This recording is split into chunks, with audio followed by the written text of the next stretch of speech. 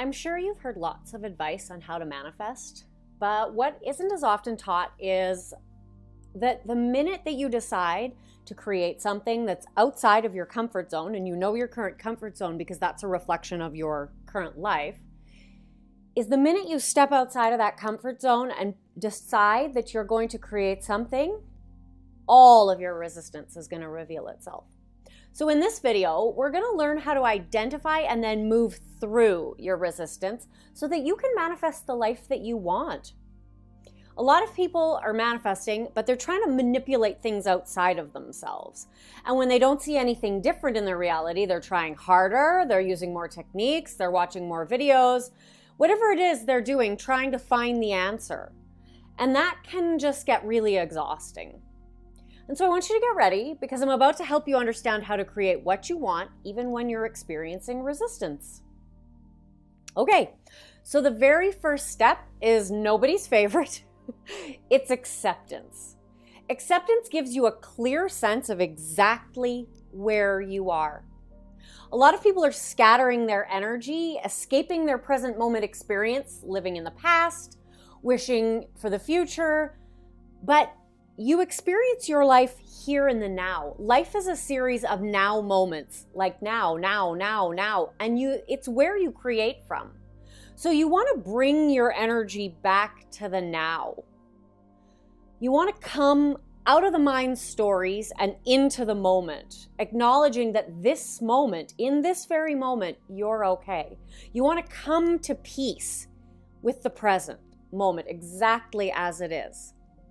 You can't touch the past and you can't touch the future. The past and the future, they don't exist beyond the mind. So to create something in the tangible, physical now moment, you want to be creating in the now.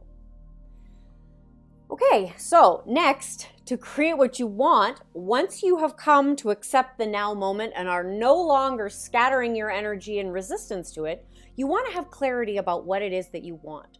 So to do that, you want to start by making a decision.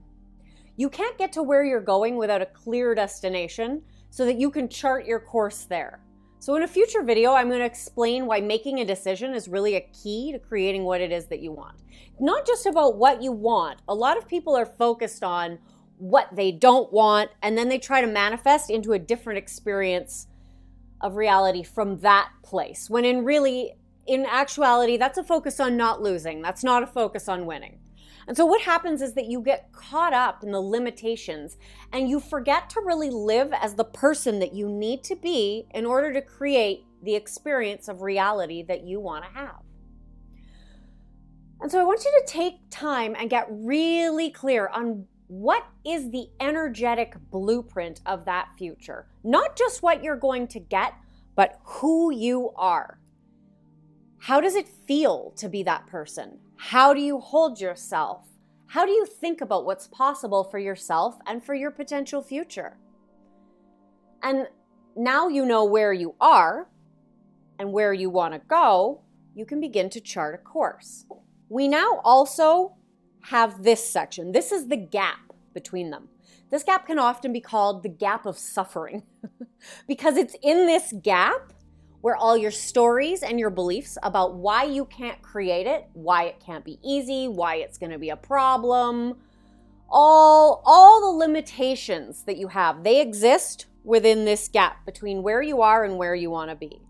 And so the minute you start to chart a course to where you want to go, all the resistance in this gap is going to reveal itself.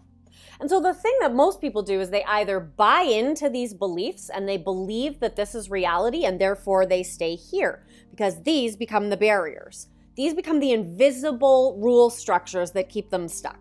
And so they can get caught cycling in negative emotions, cycles of wanting, wishing, or they might start affirming using SATs unsuccessfully, spending their days daydreaming about the future, or any other number of ways that we try to push against the resistance, when in actuality, pushing energy is exhausting. And so here's where you want to actually become aware of these stories. Awareness is the first key to moving through your resistance and overcoming your limitations. When you start to think about your circumstances, what are the stories that come up? Drop into your body. Notice what are the sensations that are there, because these are how your resistance is presenting itself. And so this is the point when you want to begin to integrate your resistance.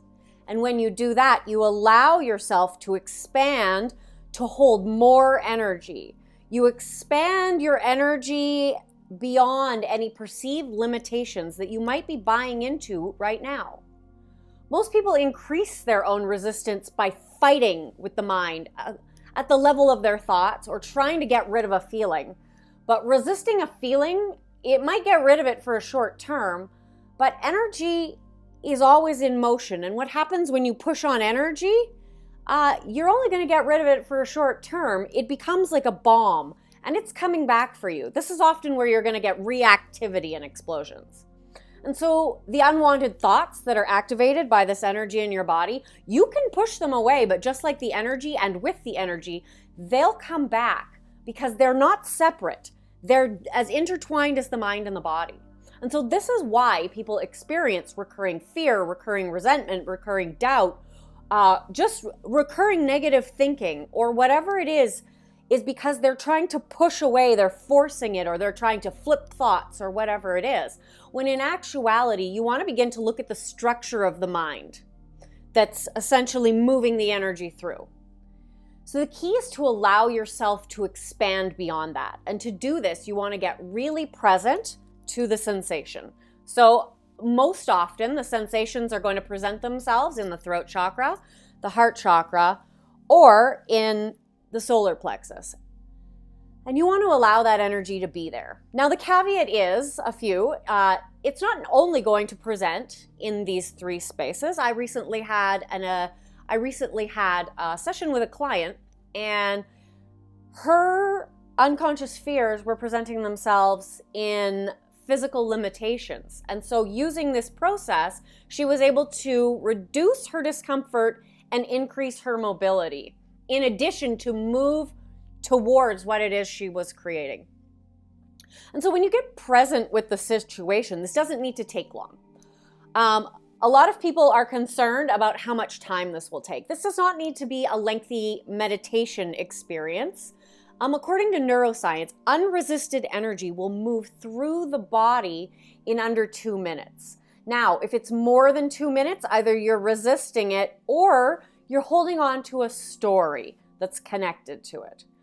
And so for anyone who's concerned about not having the time to get present to their sensations, their feelings, their emotions, as I said, this doesn't have to be a lengthy process that takes sections of your day. Just a few moments to become really present to your experience, and this is why then step number 1 is so important, is going to make a big difference.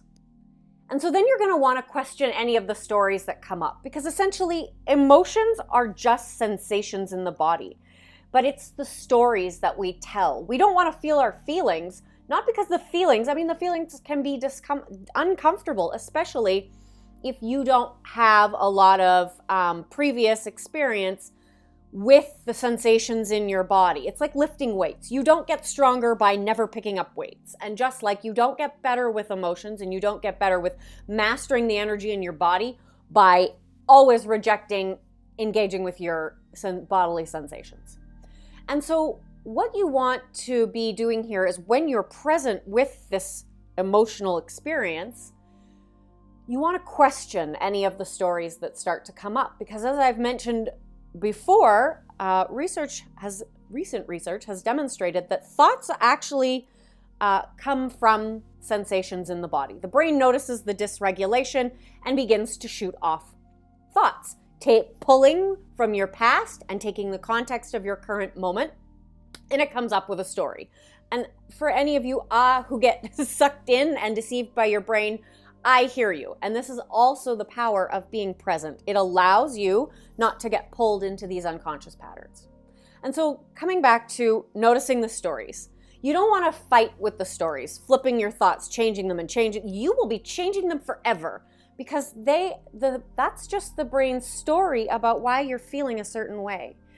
However, you do want to question the validity of them because at some point they originate from a perception that you have about yourself that you created a circumstance. So you want to question how factually true these are so that you can begin to deconstruct the limitations and replace them with more empowering beliefs that will allow you to manifest a life that's in line with those beliefs about yourself and what's possible for you in the world.